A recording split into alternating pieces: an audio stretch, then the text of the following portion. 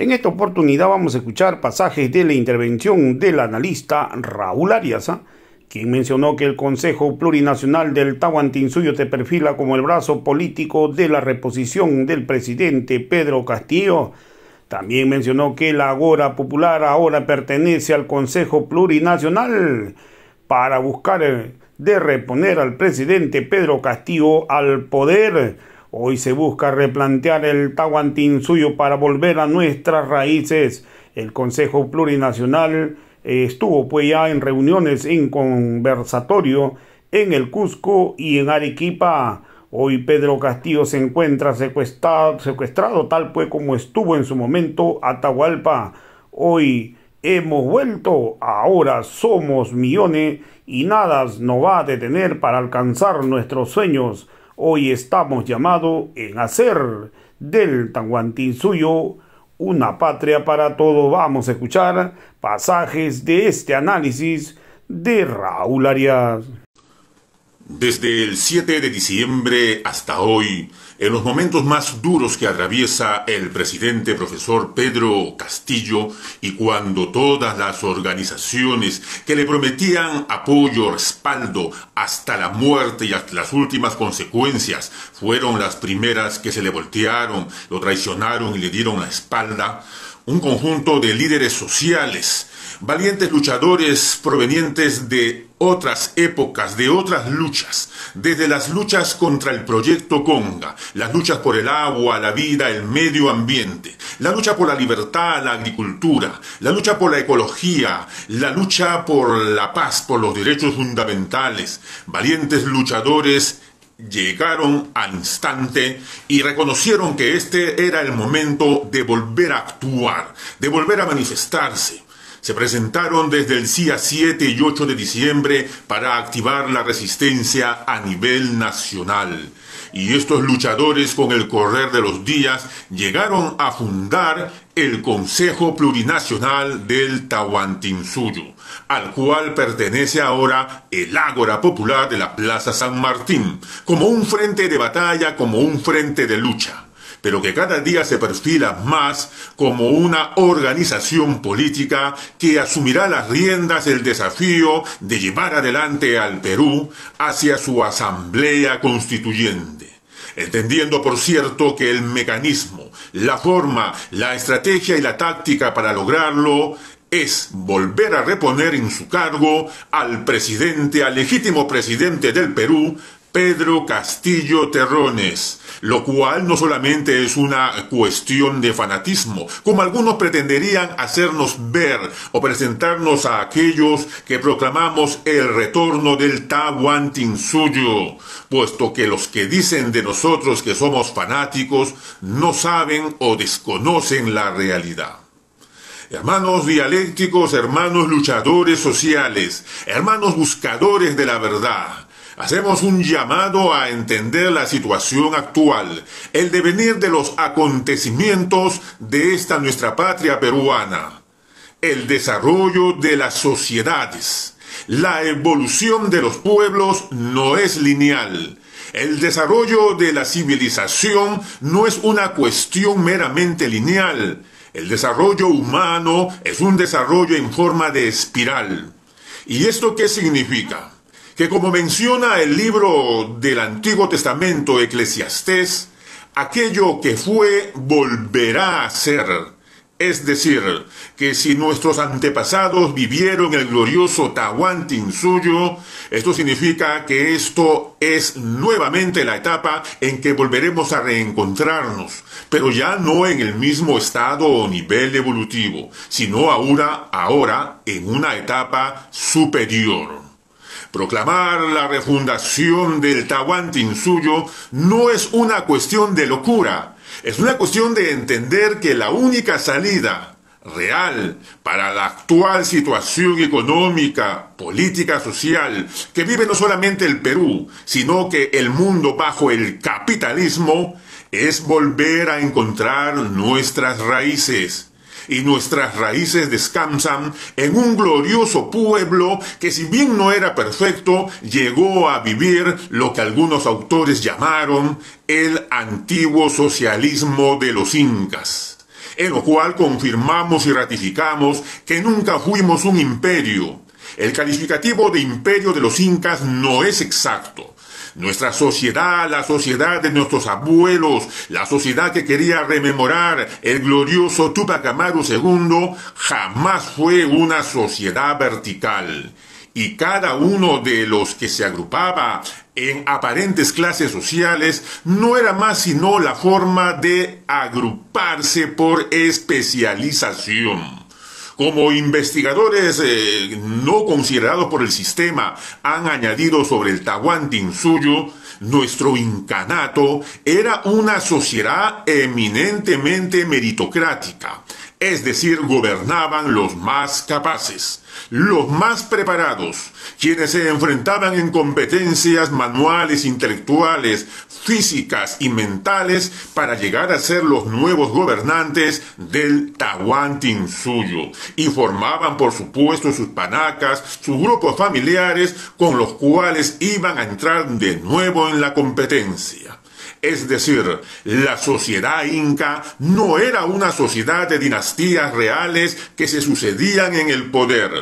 Era una sociedad que combinaba el mérito, que combinaba la forma de entender la vida, y aquellos más preparados y sobre todo espiritualmente y aptos para manejar el poder eran los que tenían que conducirlo.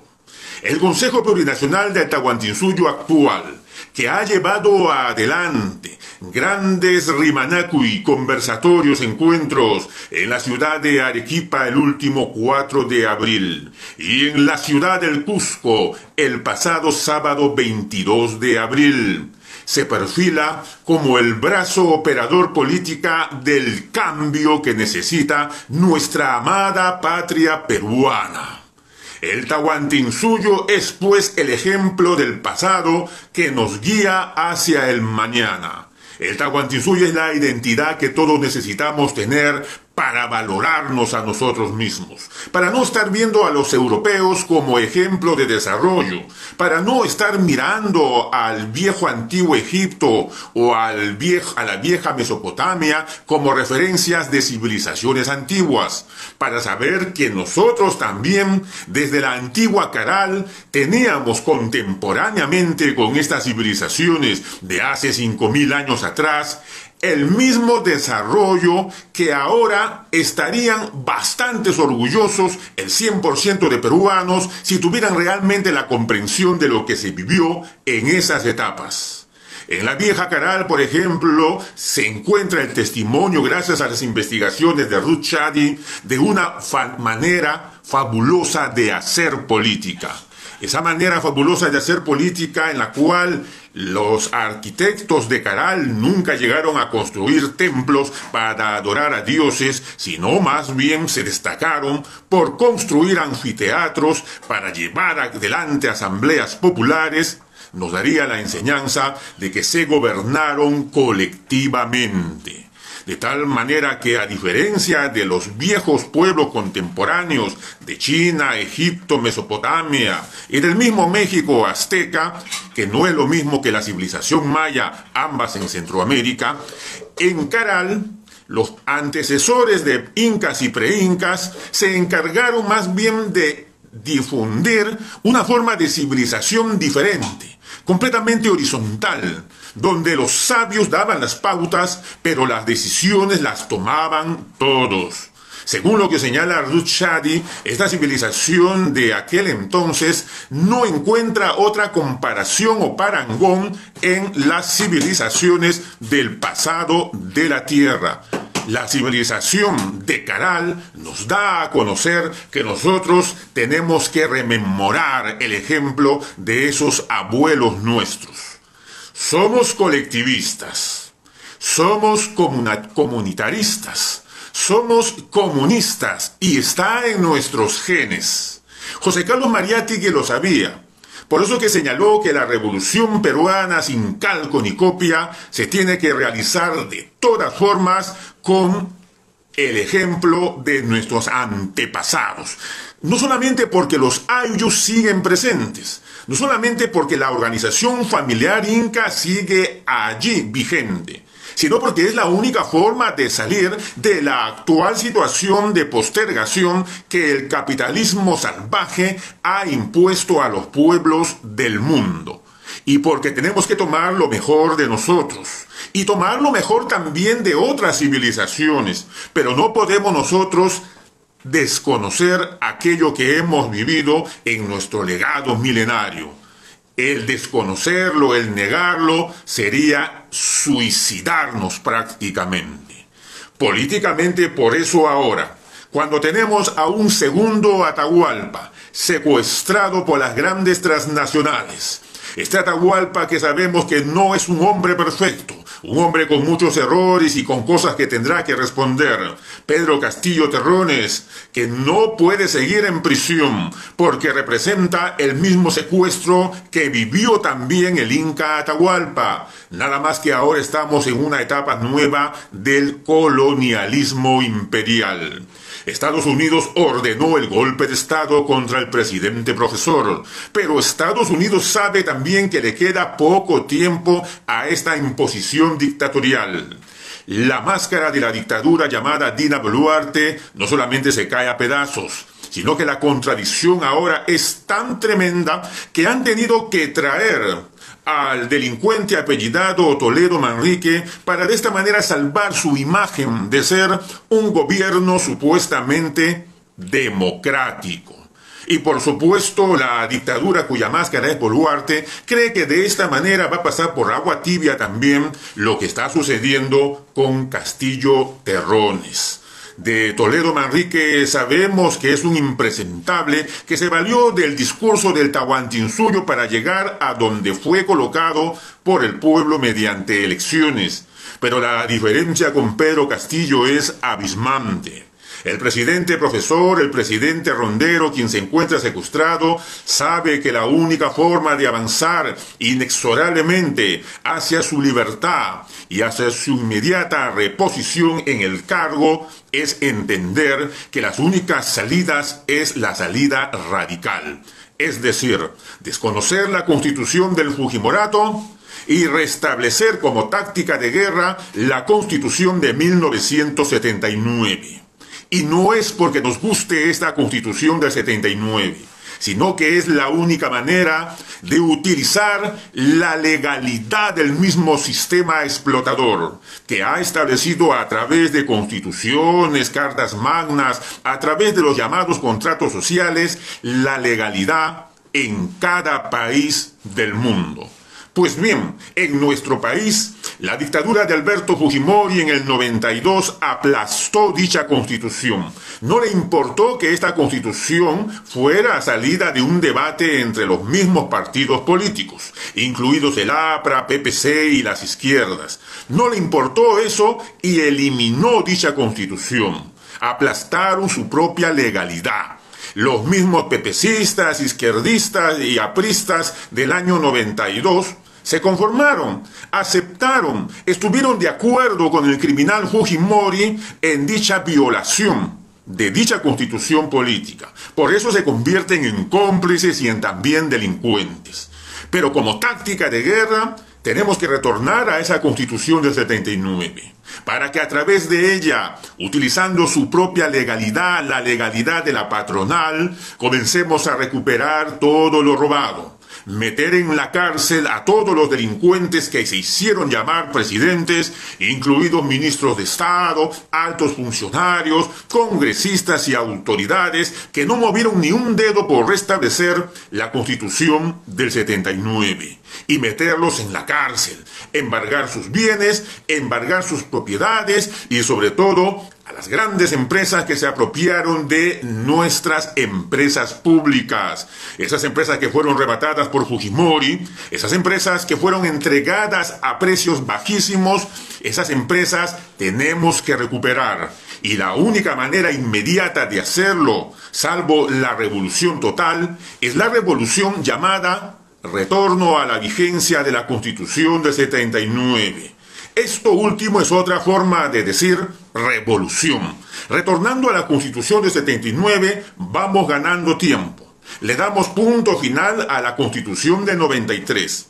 Y bajo el amparo de la Carta del 79, podemos iniciar de manera oficial el debate por la nueva Constitución Plurinacional de los Pueblos, cuya representación está en esta hermosa bufanda que tiene quien habla, entregada en el magno evento en la ciudad del Cusco el último día sábado, por valiosas dirigentes sociales, principalmente Ruth Nélida Jaya Ríos, quien es la principal coordinadora de la región del Cusco, del Consejo Plurinacional. Nuestra nueva constitución política tiene que salir del debate de las luchas actuales. No puede venir de imposición de élites, tampoco puede venir de imposición de partidos políticos, porque estos desaparecieron cuando se inició la lucha del último 7 de diciembre. Todos aquellos que han estado en las calles, en las regiones del pueblo del Perú, de los pueblos del sur sobre todo, desactivando bombas lacrimógenas, estando al frente de las movilizaciones, portando banderolas, portando megáfonos, alzando su voz, arriesgando sus vidas contra la dictadura, esos son los que merecen estar allí en el debate para argumentar el contenido de una nueva Carta Magna. No podemos dejar que sean miserables que vienen del exterior en forma de ONG sin fundaciones los que vengan a imponernos el contenido de nuestra nueva constitución política. Por eso que el Ágora Popular de la Plaza San Martín entiende esta situación y asume la estrategia de guerra en ser parte de esta lucha. Una aparente lucha imposible, una lucha aparentemente muy difícil, pero que significa el camino largo que le ha tocado vivir a nuestro pueblo hoy. Es decir, luchar contra la corriente. Cuando nadie quiere aceptar que Pedro Castillo sigue siendo el presidente, Ágora Popular no solamente lo acepta, sino que lo asume. Y asume también que tenemos que darnos la mano con otras organizaciones del campo popular, con hermanos de la prensa popular, los medios alternativos, con hermanos de los colectivos, con hermanos de otras organizaciones que se pusieron de pie cuando se dio el golpe miserable de las Fuerzas Armadas a través de la máscara llamada Dina Boluarte. El Ágora Popular entiende que tenemos que respaldar este sacrificio del pueblo, porque somos parte de ese pueblo y no somos ajenos a ello. El Ágora Popular asume esta estrategia de guerra para ir debatiendo la constitución política que por primera vez en la historia saldrá del corazón del pueblo, al cual servimos con ese mismo corazón y hacia el cual regresamos nuestro amor a través de esta lucha. El Ágora Popular entiende que nuestra primera constitución que saldrá del debate del pueblo tiene que ser una constitución que reconozca los derechos de la Pachamama. No porque queramos fotocopiar las constituciones de pueblos hermanos como Bolivia, Ecuador o Venezuela, que nos dan un ejemplo del proceso que siguieron, sino porque entendemos que es la única manera de acabar con los llamados conflictos sociales. Reconociendo los derechos de la madre tierra, vamos a saber en dónde podemos mantener lo que es la llamada explotación minera y en dónde tenemos que salvaguardar sí o sí la protección del agua, la vida y la agricultura.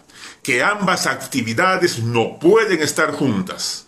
Por más que los capitalistas y sus transnacionales nos digan que el agua sí y la minería sí, nosotros sabemos por experiencia, desde las luchas en Tía María, contra Conga, Espinar y todas las demás de los pueblos del Perú, que ambas actividades no pueden estar juntas, porque el planeta que pisamos es viviente. Y arrebatar los minerales del interior no es cualquier cosa, es una forma de contaminación seria que se genera.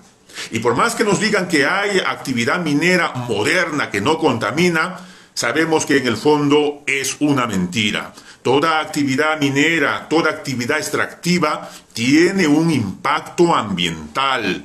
Pero los miserables de las grandes corporaciones quieren hacernos ver que nosotros somos ignorantes al pelear contra esa actividad salvaje.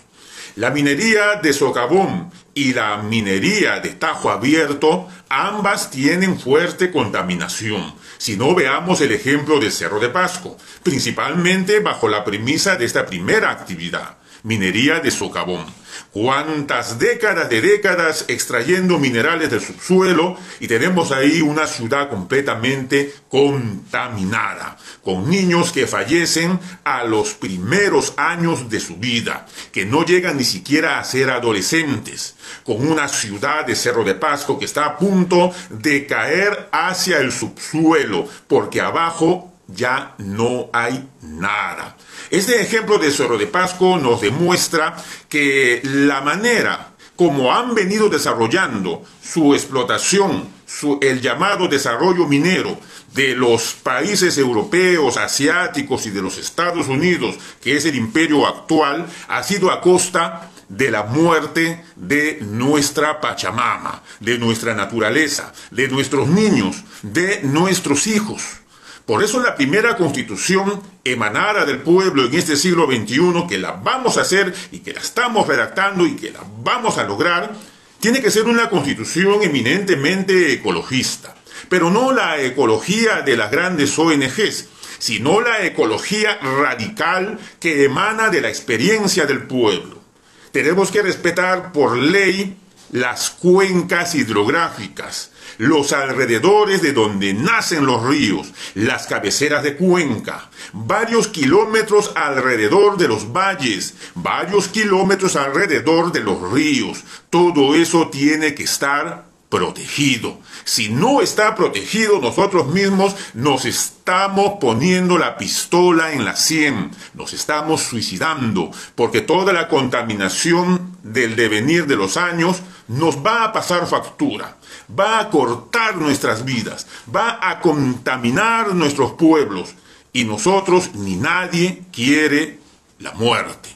Por eso el Ágora Popular asume que la defensa de la vida y el principal derecho fundamental establecido en la nueva Carta Magna es lo que estamos relacionando. El derecho a vivir, los derechos de la Pachamama, los derechos de la Madre Tierra o como queramos llamarla. Pero nuestro pasado milenario nos enseña mucho más. Hoy, el Consejo Plurinacional del Tahuantinsuyo tiene ese desafío. Ese desafío de entendernos a nosotros mismos, de entender nuestros genes, de entender por qué hemos venido aquí, de entender que tenemos que despertar del sueño, de entender que somos los descendientes de Túpac Amaru y Túpac Katari. Hemos vuelto. Somos semillas estelares y ahora estamos germinando y floreciendo. Hemos vuelto y ahora somos millones. Nada nos detendrá. Nadie podrá detenernos. Los sueños de nuestros abuelos Túpac Amaru y Túpac Katari, Micaela Bastida, Bartolina Sisa y todos los que ofrendaron sus vidas en aquellos años, esos sueños se van a hacer realidad.